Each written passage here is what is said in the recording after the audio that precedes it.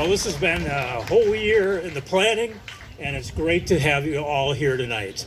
My name is Patrick, and I'm with the Dodge County Historical Society, and this is our first, and maybe it'll be the annual, Ghost Story Festival. So again, thank you for being here. I think we should do one thing. I think we should all do boo together, because we've got to scare some of the spirits and wake them up. So on 3, 1, 2, 3, boo! Well, I don't know. I think we gotta. They're still sleeping. One more time. 1, 2, 3, boo! All right, Scott, is the sound system okay? It is working. All right, good. All right, here we go. Are your ears? Did you know that many believe the museum houses spirits, or as we call them, ghosts? Many of us have experienced experiences in the museum that we cannot explain. Moving shadows, mysterious cold spots, ragtime music playing, chains dragged across the floor. The good news is that these ghosts have no intention of hurting anyone. So, what do you think? Are ghosts real? Well, some people say, of course they are. Others say, are you kidding me? But no matter what you believe, we hope that you enjoy the ghost stories we share with you tonight. Our first storyteller is our own Kathy Barnett, a member of the museum board and the creator of our Haunted Cemetery Walk. Would you welcome, please, Kathy Barnett. Good evening. We all love a good ghost story, don't we? Yeah. I'm going to take this off. This is the advantage of being... Thank you, Jeff. Oh, Scott, sorry. Wrong ordering. Thank you, Scott. This is the advantage of being nearsighted. You have all turned into tribbles. So I go shopping, used to walk into Shopko, and people would go, oh, you're the cemetery lady, aren't you? So when they asked me to do this, I thought, well, this is just another opportunity to expand my notoriety. So here we go. My daughter sees dead people. Now, she doesn't like me talking about her, so we'll call her Stevie. And nobody here who knows her knows who I'm talking about. In high school, Stevie's friends called her a ghost magnet. There was more than one parent that said, that girl is not coming into my house again.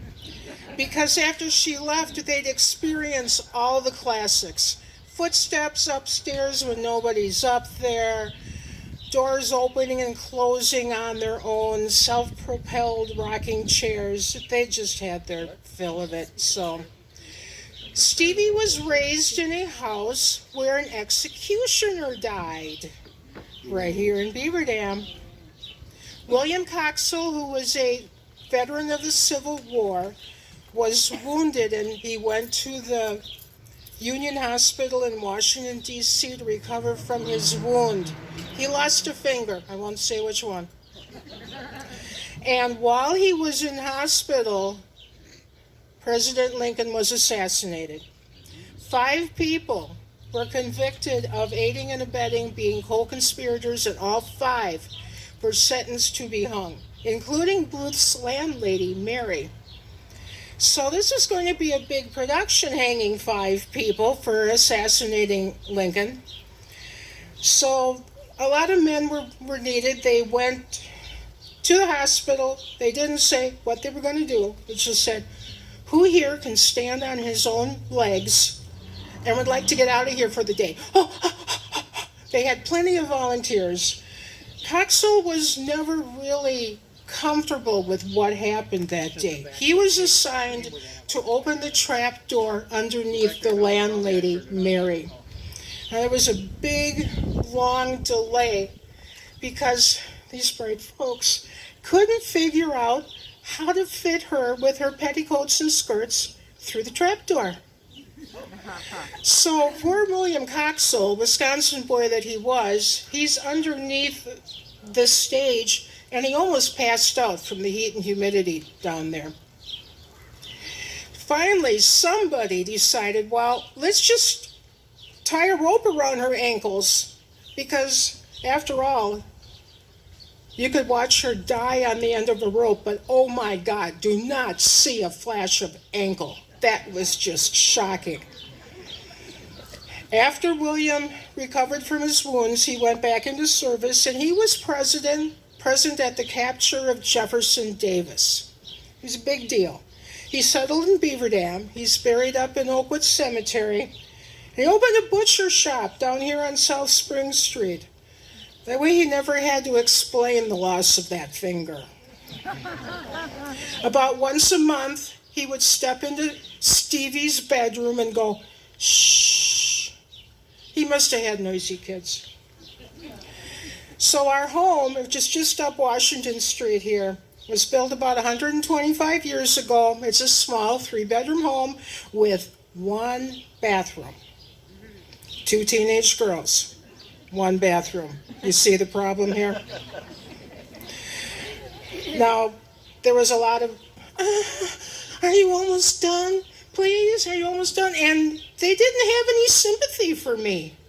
I could dance out there all day. So I developed a system called duck and cover.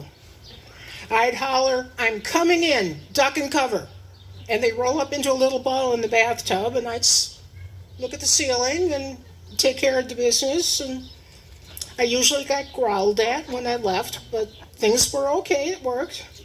So imagine my shock when one day I had to yell, duck and cover. And when I went in, Stevie said, thank goodness you're here. That is not the usual response I got. I said, what? She said, didn't you hear the rapping? It was all around the room. All 4 walls were being rapped on. No. And that scrap of paper there that's on the windowsill, it was on the edge of the sink and it floated up into the air and drifted over and came down on the windowsill all by itself. Okay. So the next morning she calls me upstairs. There, written on her bedroom door in big block letters made up of dust and static electricity, were the words, help me. Her older sister denied it disgustedly that no, she did not write anything on her door, and her father and I surely didn't. She said that some spirits had followed her home again. Again? I told her to tell them that they were dead and to go to the light and their loved ones would be waiting there for them. So the next morning she said, I told them, Mom. They shook their heads no. About a week later, Help Me had simply disappeared. Nobody washed it off. It was just gone. I figured they finally took my advice. Now, it took me a little longer than that to get to the point where I could sleep with the light off. I tell you, raising a child who is a ghost magnet is often difficult, but it's never boring. Thank you.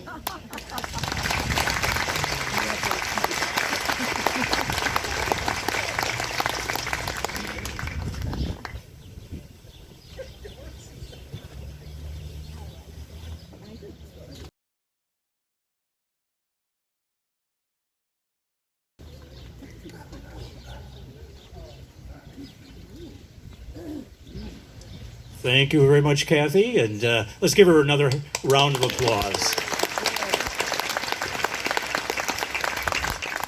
Our next storyteller is Jessica Schultz, who performs ghostly tales at Old World, Wisconsin, and we are very delighted to introduce her at our own museum. Jessica Schultz.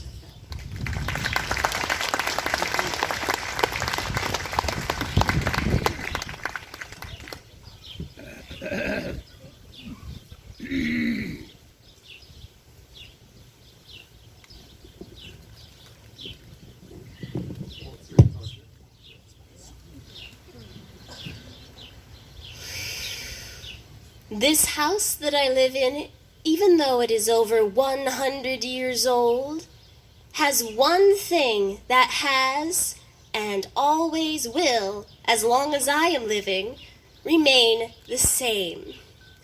The house is not far off of Highway 42. Exactly where, I will not say. I do not want you venturing to my house, snooping around, and changing the furniture in my room like others have done. It is crucial that the room remains exactly as it is. You see, I am getting married soon! And this is how I plan to do my hair on my big day. Quite perfect. Wouldn't you agree? Oh, wait, don't look. Oh, I look like something straight out of the grave. Oh, Stanley can't see me like this. I simply must fix it. Stanley and I will be on the front page of the newspaper after all. The title of the article will be God's Most Perfectly Matched Couple, and I have no doubt that our wedding photo will one day be sold and hung in an art museum for all to admire. They're much better. Sophia, Door County's most elegant lady, must have the most elegant hairstyle after all, especially on her wedding day. I hand-picked Stanley myself, you know. He alone matched me in looks and is the perfect gentleman. Tall, dark, and perfectly handsome in every imaginable way. Not to mention, he is soon to be an officer on the Goodrich steamship line. Imagine the money we will have and the parties we will be invited to attend. I have no doubt every one of those officers will be jealous of Stanley with me on his arm, and every one of their wives envious of me. Stanley is away at present, but his ship is due back in port any day now. I can hardly stand waiting for the moment when he will be home. I will be the first down by the docks to meet him. As soon as he's off that ship, he will wrap me in his arms and say, "My beautiful Sophia." And I will say, "My handsome Stanley."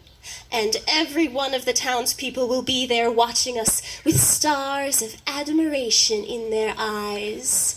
I invited every single one of them to our wedding.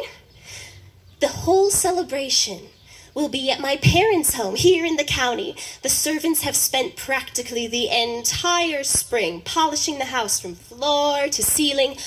I, of course, handled everything regarding the rooms Stanley and I plan to share. My old room. We're only staying there for a time until we can find a place of our own. I bought delicate lace curtains for the window, a new headboard, a fresh mattress, a beautiful oak wardrobe, but the best thing in the room is the ornate highboy dresser I bought and had specially made for Stanley. What a catastrophic horror. That fateful day, years and years ago. I wonder I didn't perish of a broken heart then and there. Stanley's ship came into port at last. I ran down to the dock, elated he had finally arrived. However, it was the captain I met coming off the ship. He informed me that Stanley had nearly died saving a fellow crewman during a boiler accident on board the ship. They had left him at a hospital in Chicago with severe burns. My only thought at that moment became booking passage on the next ship to Chicago so I could hold my dear, sweet, handsome Stanley's hand while he recovered. I had my spot reserved and my luggage on board when the cabin boy told me he'd seen Stanley after the incident. According to him, Stanley's face had been burned beyond recognition, And his hair, all charred away. No hair? Oh, I couldn't stand to hear one more word, so I fled from the ship and locked myself in my room. If Stanley was so disfigured the cabin boy could not recognize him, surely I would not either. I would never be able to stand seeing him without hair. And what about the burns? Would he be permanently scarred? Or would he heal back to the handsome face I fell in love with? I decided I would not be able to see him. What would Stanley think if I came and did not know him? Oh, he would feel terrible. And I would never be able to forgive myself if I fainted at the sight of him. I fear I would, too. In fact, I am sure of it. But he would certainly recover and return. While he regained his strength, his face healed, and hair grew back, I would stay in my room and wait. His highboy would remain empty and ready for him. Not long after I made this decision, I received a letter from Stanley saying, "My dearest Sophia." Oh, dearest. My dearest Sophia, I await your arrival. The balm of your sweet smile and tender touch will speed my recovery so that we may be married soon. Yours always, Stanley. I responded, "My poor Stanley, I cannot bear to see you in pain or think of your horrible burns. I await your return when you have recovered. Your loving Sophia." With each ship came a new letter from Stanley saying, "My dearest, come to me, yours always." And I always responded, "Poor Stanley, wait, love, Sophia." I really, really would have liked to be by his side, yet if he had seen me healthy and full of beauty, I know he would have felt depressed and inferior. He might even have called off the engagement, and I could not risk that. But the pleading letters continued. I needed to find a way of assuring him, proving to him the depth of my love for him and commitment to our future. So I wrote, "My dearest Stanley, I count the days until you are well enough to return to me.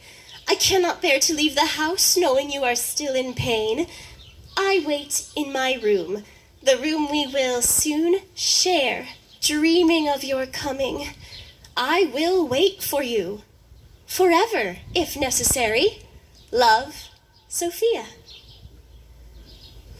This was his response. "You may wait forever, Stanley." That's it. That's the last letter I got from him, the last I heard from him at all. Rumors say he married his nurse from the hospital. I didn't believe such rumors. Stanley and I were meant to be together since the day we were born. I knew it and Stanley knew it. He would never betray me by marrying a mere nurse.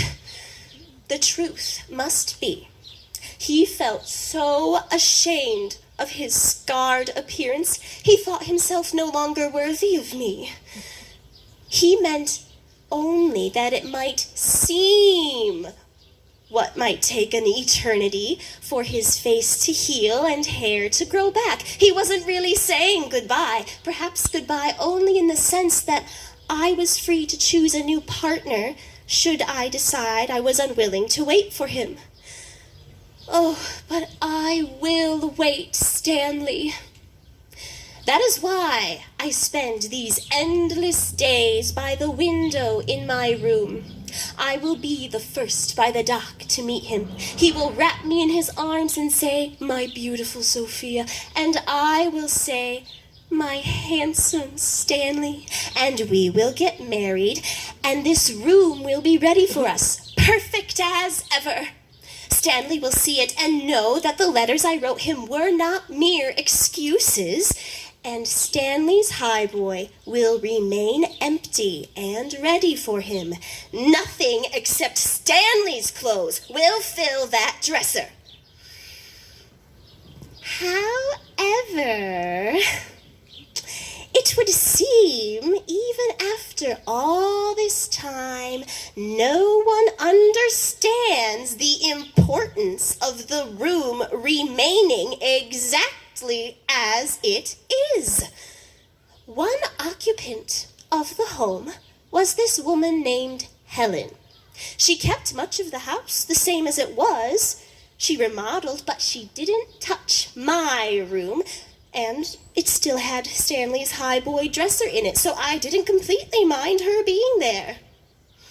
Until Christmas time, when her niece came to stay with her. I watched Helen air out the room, dust it, and move Stanley's dresser to a different wall. A few hours later, her niece comes upstairs and unpacks her clothes in Stanley's dresser. I did not have that dresser crafted for use by a girl I have never met in my life. What would Stanley think if he returned this evening to find his highboy filled with the belongings of a stranger? By the time the niece comes upstairs the next day, I have managed to tip the dresser over onto the bed and throw the clothes all around the room. Oh, it was priceless. Some relatives came upstairs later, I assume, to return the dresser to its rightful place. No. They tipped it up and left it where Helen had moved it. I had to wait a few days, but I was able to do the same thing again. Dresser, over onto the bed, clothes everywhere, and they seemed to understand after that. A while later, months, years, what does it matter? I will still be waiting regardless. Helen's son, Roy, and daughter-in-law, Carol, move in. Carol buys this beautiful hand-hooked rug. Yes, I admit I liked the rug, but only because it went with the dresser and the bed. That's the only reason. The problem came when she discovered that the rug did not fit between the bed and the dresser. So she had Roy come upstairs and help her rearrange the entire room. I thought my feelings had been completely understood. So that night, I yanked the dresser into the middle of the room, shoved the mattress half off the bed, and for a grand finale, pushed the huge oak wardrobe over onto the floor. Helen and Roy come upstairs, and when they open the door to see the fruits of my labor, their mouths practically hit the floor. I think a few of Carol's hairs even turned white. So I watched them clean up the room the next day, but they don't put the furniture back in the spots I had chosen for them. They return the furniture to the new spots they had moved them the day before. It was taxing, but I created the same disaster that night that I had previously, complete with the wardrobe over onto the floor.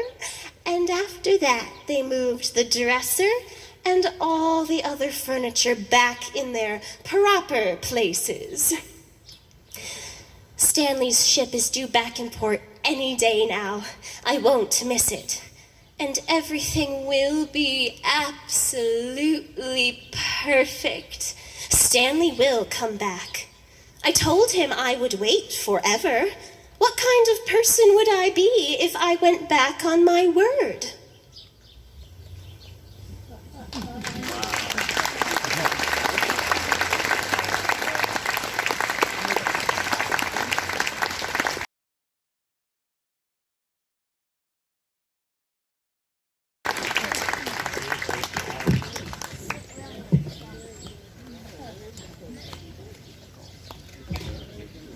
Thank you, Jessica, and let's give her another hand. Really nice job.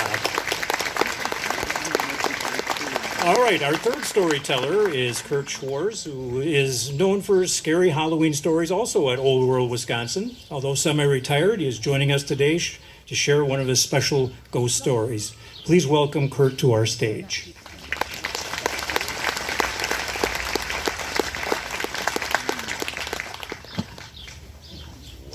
Good evening, everyone.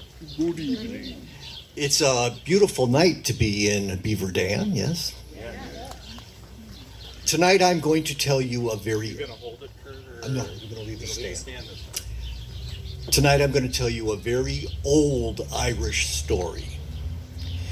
As you know, Ireland has a very rich tradition in folk tales and storytelling. And in 1846 and in 1847, there was a terrible famine that came through the land. Now, it affected the population of Ireland so much that people feared that some of those old superstitions and some of those old traditions would be lost as well. So scholars got together. They gathered up as many of those stories as they could find, wrote them all down, and this story is one of them.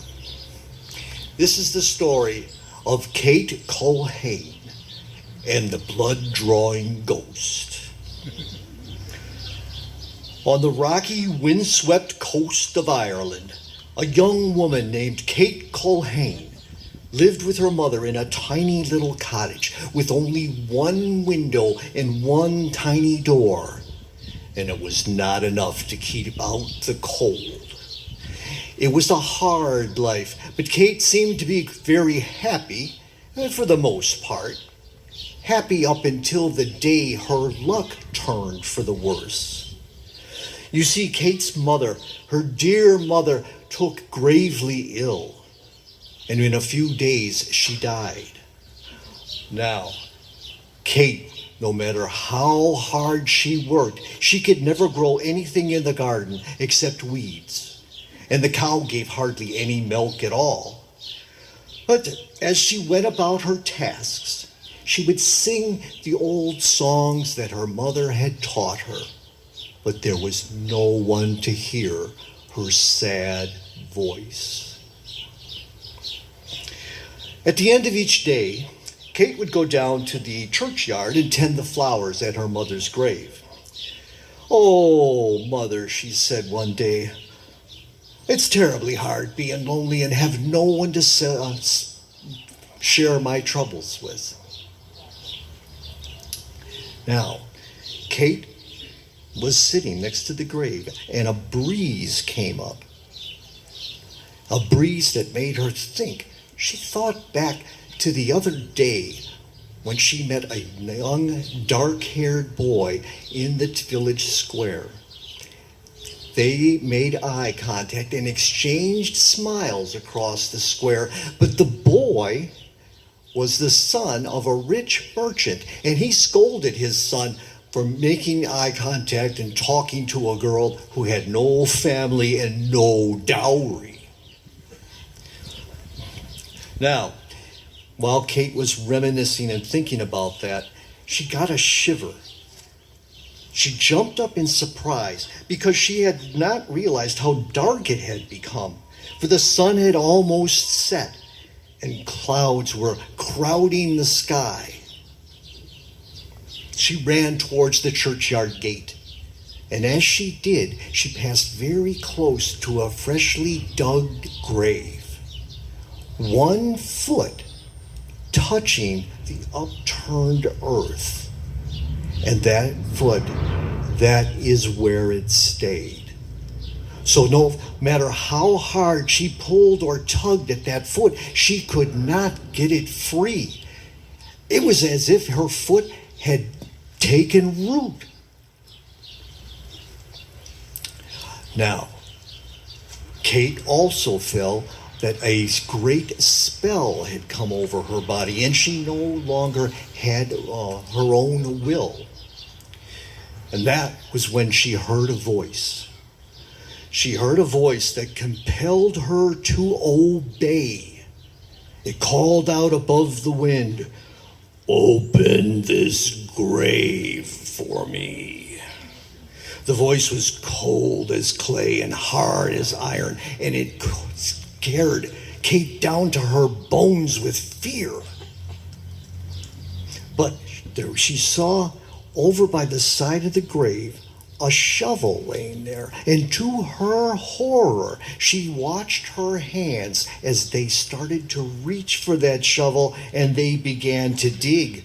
And the faster that Kate dug, the darker it got, and the louder the wind blew through the trees, until at last Kate's shovel clattered across the top of the wooden coffin lid. Now the voice called out, "Open the lid. Open the lid for me." And as though Kate had no will of her own, she knelt down and pulled the lid open. Now the smell was ghastly. And the most extraordinary thing, out of the grave a dead man crawled.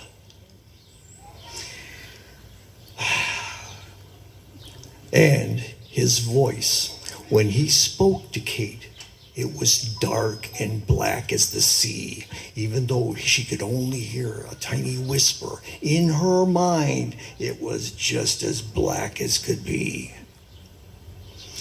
"Take me on your back, Kate Colhane, and carry me to the village." "Oh, no," said Kate.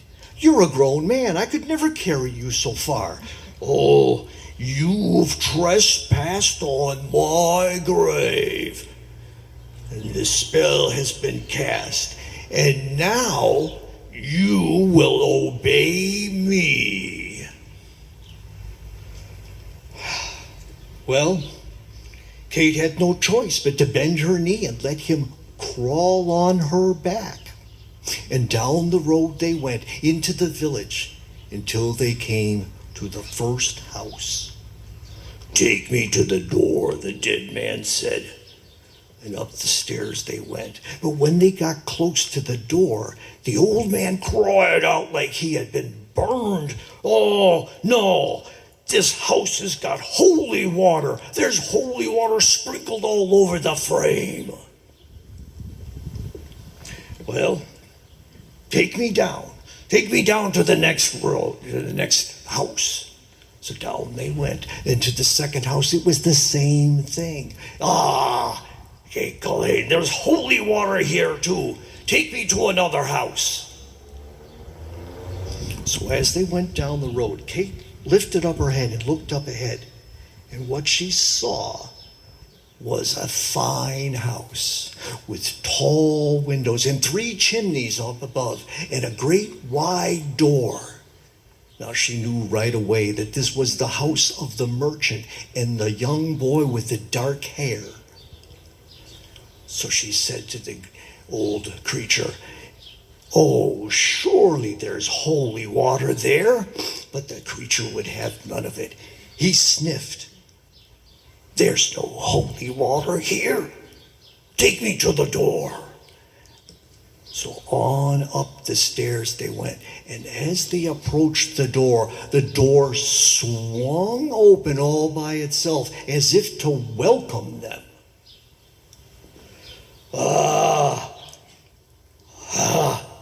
I am hungry. "Take me and make me some food," the old creature said as the door swung closed behind them. So Kate carried him down the hallway to the kitchen.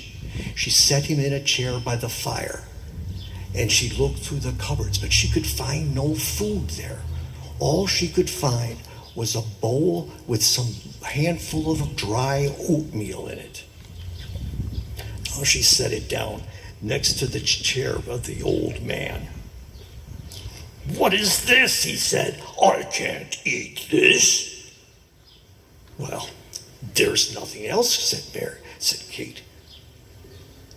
"Well then, find a good sharp knife, and we will teach this wicked family a lesson in hospitality." Oh, at these words, Kate felt her heart stop. But she watched as her hands reached out and picked up the first sharpest knife that she could see. She laid it on the table next to the dead man, and he took hold of it with his stiff fingers. And then he told Kate, "Carry me up the stairs and bring the bowl with ye." Kate took the dead man on her back again, and they climbed the stairs up to the second floor.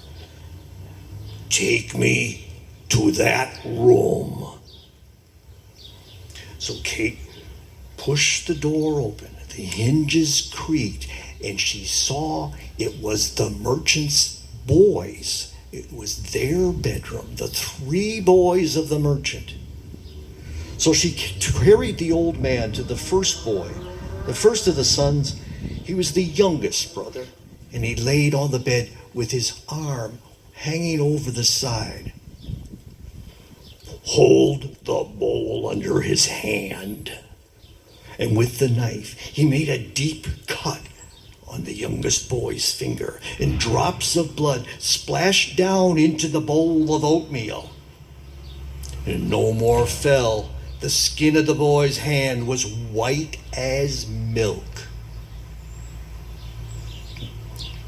Then Kate made to hold the bowl beneath the hand of the second brother, and his hand turned white as paper as he was cut, and his blood was drawn.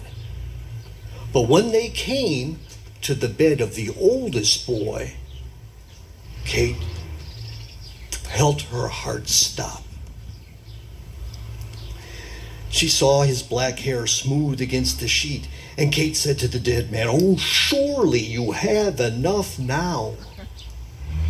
"Hold the bowl under his hand." Kate wept as the blood flowed down into the bowl, and the oldest brother's hand turned white as snow. As he ordered her to, she took him down to the kitchen, cooked the oatmeal together with the boy's blood, and fixed 2 plates of it. "Now, you eat your share, and I will eat mine." But before she lifted the spoon, Kate tied her scarf around her neck, and every time the spoon came up to her lips with its terrible food, she dropped it into her scarf. The old man never noticed because he was so intent on eating his gruel. "Well, I see you're finished," as he looked over to the empty bowl. He licked his spoon clean, and Kate said, "Yes, I have." But she untied her scarf and dropped it quietly behind the chair. "Well, carry me out. We need to go back. You must carry me back to my grave. You are stronger now that you have tasted my food, but walk quickly, because I must be in my grave before daylight."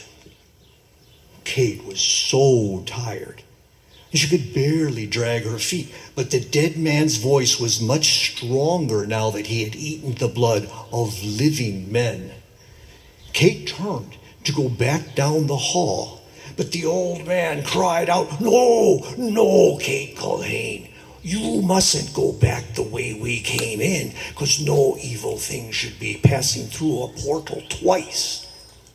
'Tis the way of all evil creatures that we must return by a different path. So Kate turned around and she went out the back door. She was ready to walk down the back steps when the dead man laughed. Oh, ha, ha. See here, Kate. Do you see that field? Tell me, Kate, what do you see? Kate looked and said, I see nothing but the field and the 3 hills, the hills that they call the Haunted Hills. Oh, yes, Kate, but do you know why? I will tell you why. Because buried under that middle hill is all the treasure that the evil creatures from around the world have buried under that tree. Ah, well, that is a great secret that you've shared with me. Only the dead know of it.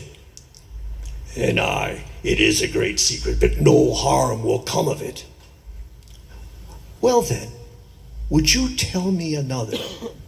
Is there any cure for the young men whose blood you drew? Oh, ha, yes, but no longer. You see, if they could have tasted the oatmeal made with their blood, they would have lived again. But you've eaten your share, and I've eaten mine, so there is no hope for them now. So on they went into the night. The old creature laughing and taunting, telling her evil stories that no one wants to hear.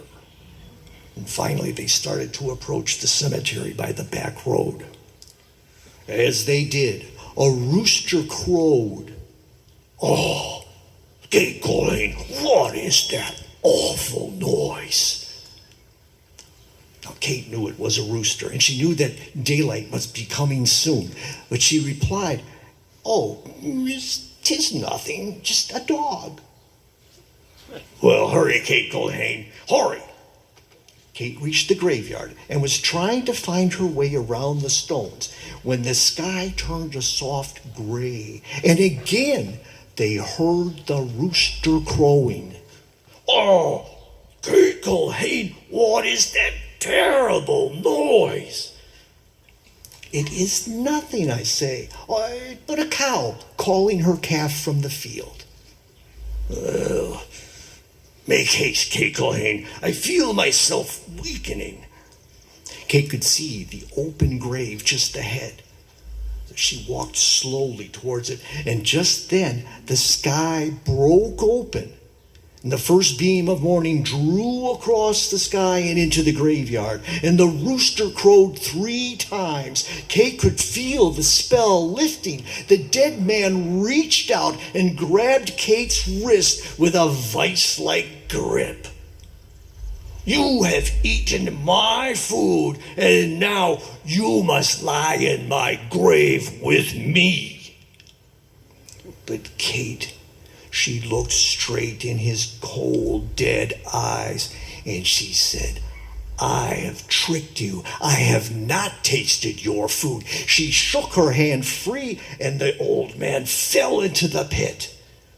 Oh, Kate Colleen, if I were to know you were to live, I never would have told you about the gold. Kate looked down into the grave, and she could see nothing but the bleached white bones of the dead man. So she brushed herself off, and she went on down, left the graveyard, and headed down the road back to town. And as she did, she looked up ahead and saw a great commotion. It seems that all the townspeople had gathered around the merchant's house to try to console the desolate family. Kate went up to the father, and she asked him, she said, Please, let me inside.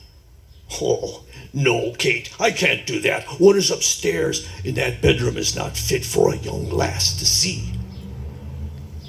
But you don't understand. I think I know a way to save their lives. I beg you. Oh, Kate, If you could save my sons' lives, I would give you anything in my power to give. I ask nothing. Just let me go in alone. So the father cleared the house, and Kate entered. She walked right down the hallway and back to the kitchen. She found her neckerchief right where she left it on the floor, and she grabbed a spoon and went up the stairs where she found the 3 lifeless bodies of the boys. She went over and gently put the spoon to their lips, and with the first drop of blood, they started to breathe. With the second drop of blood, their hearts began to beat. And with the third drop of blood, all life flowed back into their bodies. And oh, what joyous reaction there was when Kate walked out of the house with the 3 boys behind her, alive and well. And for 3 days and for 3 nights, what a great celebration there was in the village. Until the third night. The third night, the merchant came up to Kate, and he asked her, Kate Culhane, you have made me the happiest man you ever lived.